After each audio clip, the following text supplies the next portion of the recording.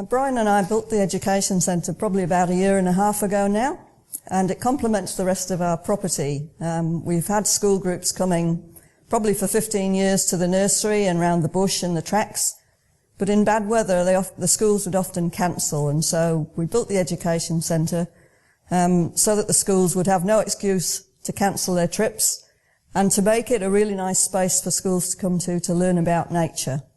I think the Education Centre is probably quite unique in New Zealand. It's on private property, but it's filled with all sorts of magical resources and artwork.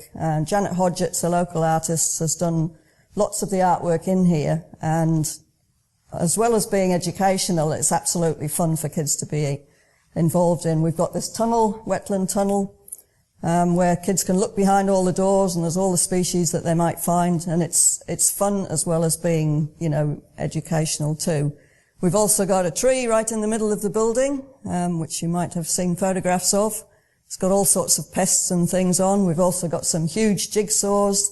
We've got lots of resources, plant resources, things that insect things that you can look through with magnifying glasses. It's just a really exciting place for kids to come.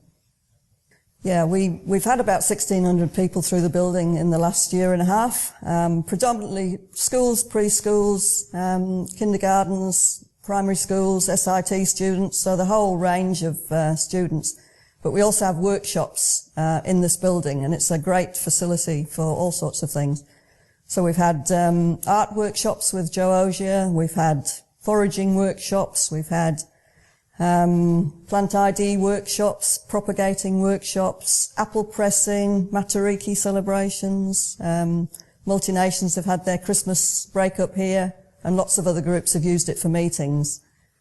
The other thing we've had is teachers' workshops. So Environment Southland have used it for their Enviro Schools teachers. We've had Kindergarten South coming and using it for their nature discovery teachers. So it's been really well used so far, but this is just the start. There's lots of exciting things to come. Good morning, my name's Chris Morrison. I'm in Te Anau here. I have identified a wasp problem here in Te Anau, which is impacting on the tourism and the environment in particular. I've done my best to eliminate as many wasp nests as I can with the help of the community and a lot of other people. Networking, I've done about 85, 90 wasps so far, wasp nests, which is at 11,000 wasps per nest. That's a lot of wasps. It's made the main street a lot better for tourism and for the residents of Te Anau to enjoy a safe and happy lifestyle.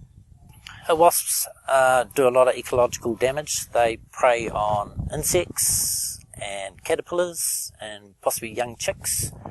They are upsetting the natural ecosystem, that natural guild of predators in the ecology and the environment, such that the bird life may be less, the flies, the bees are less. It changes our forest dynamics. I don't charge a cent. It's my charity for Te Anau. I wish I could go more, but it's in my own time. I work during the week.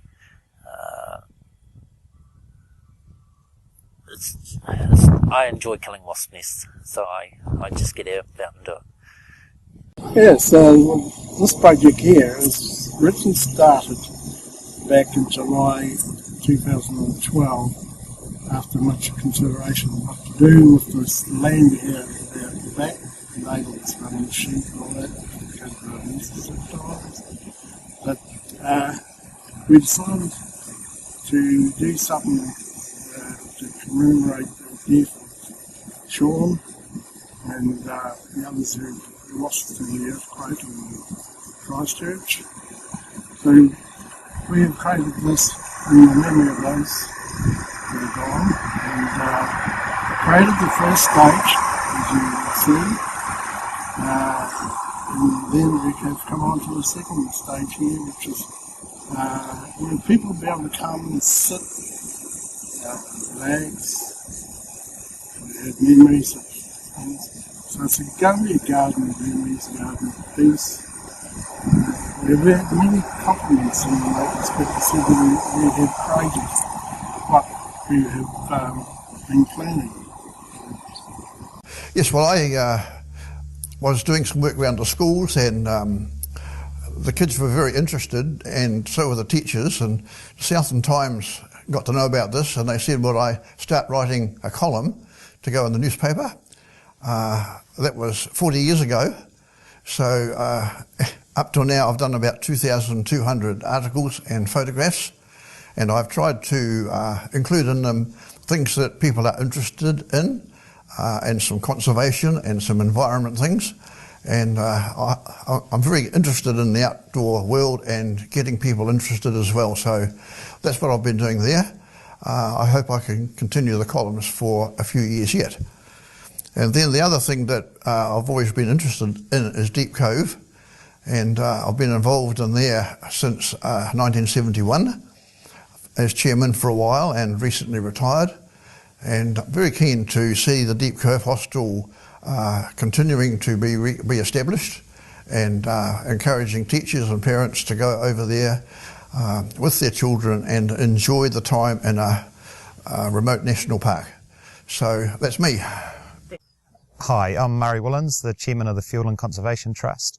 The trust was established about 8 years ago now in order to try and provide opportunities for private individuals and businesses to invest in conservation work. It's really a Southland-wide trust, but we focus most of our work, or have done in the past, on Fiordland projects. These are mostly projects that are outside of the Department of Conservation's core funding stream, but are still valuable and worthwhile projects to do.